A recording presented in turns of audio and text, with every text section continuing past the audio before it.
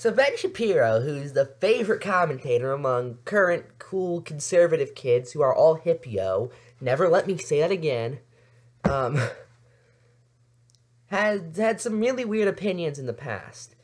For instance, Progressive Voice, who I've supported, who I've shouted out many times on this channel, go check out his content. Half the time he does segments like this where he finds conservative points and rips them to shreds. Other times it's essentially a progressive best-of channel, and I like that. He essentially usually just reports on what other progressive channels are doing, but he's done tons of great segments on Ben Shapiro. I'd recommend checking those out. They're far better than the ones I do, by far. And he found this article he wrote back in 2010, so this isn't even that long ago. Liberals Take Over Your Brain, in which he defends homosexuality being listed as a mental disorder. Let's read. He's talking about the DSM here and how liberals have infected it with our apparent bias to take over the world or something.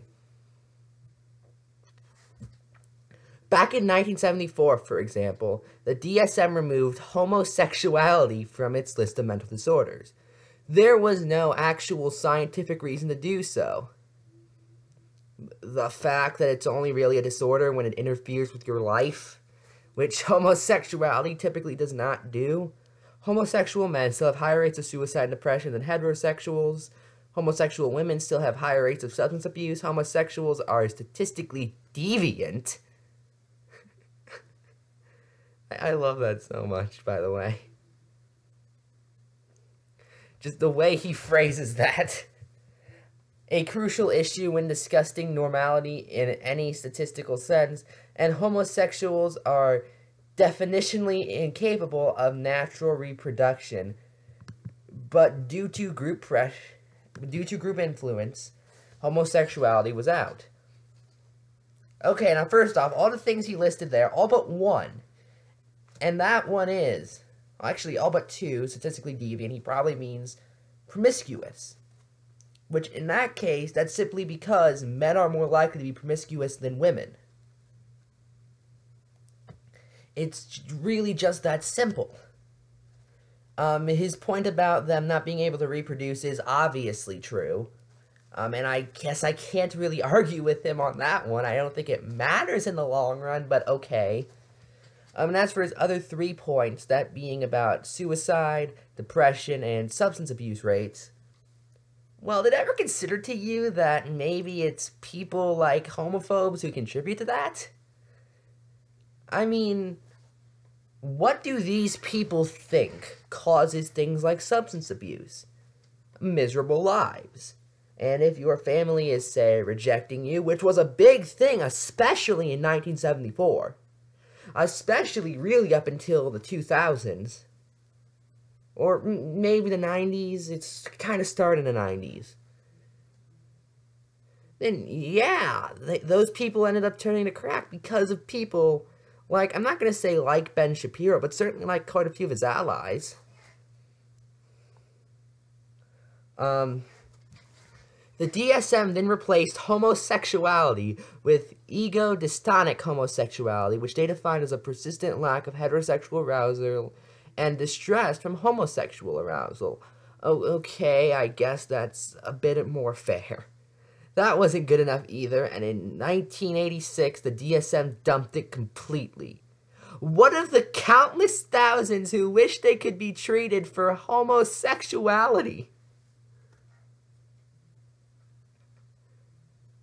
Well, bad news for them, that doesn't work.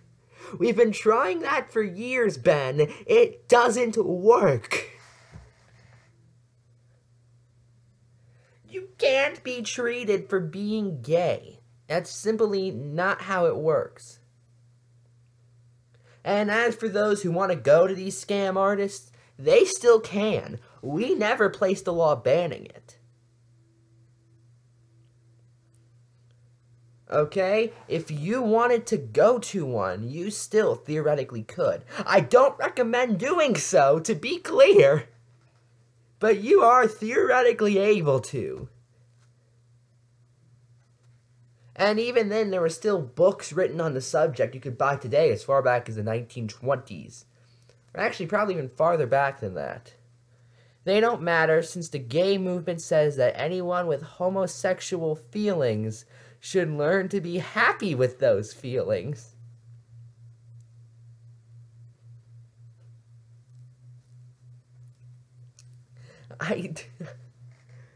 Okay. Oh no, you don't hate yourself. I feel so sorry. Ben, save me. The liberals are telling people they shouldn't always be miserable. A position they don't take with regards to men who think they are women and vice versa. Okay.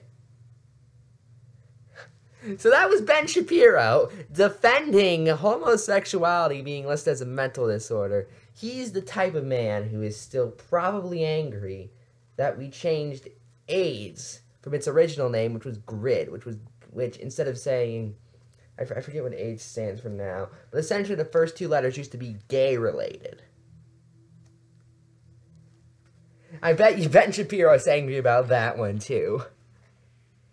And he's never retracted these statements, as far as I'm aware, by the way. He still believes this to this day. Oh my God. I'm Ephrom, and good night.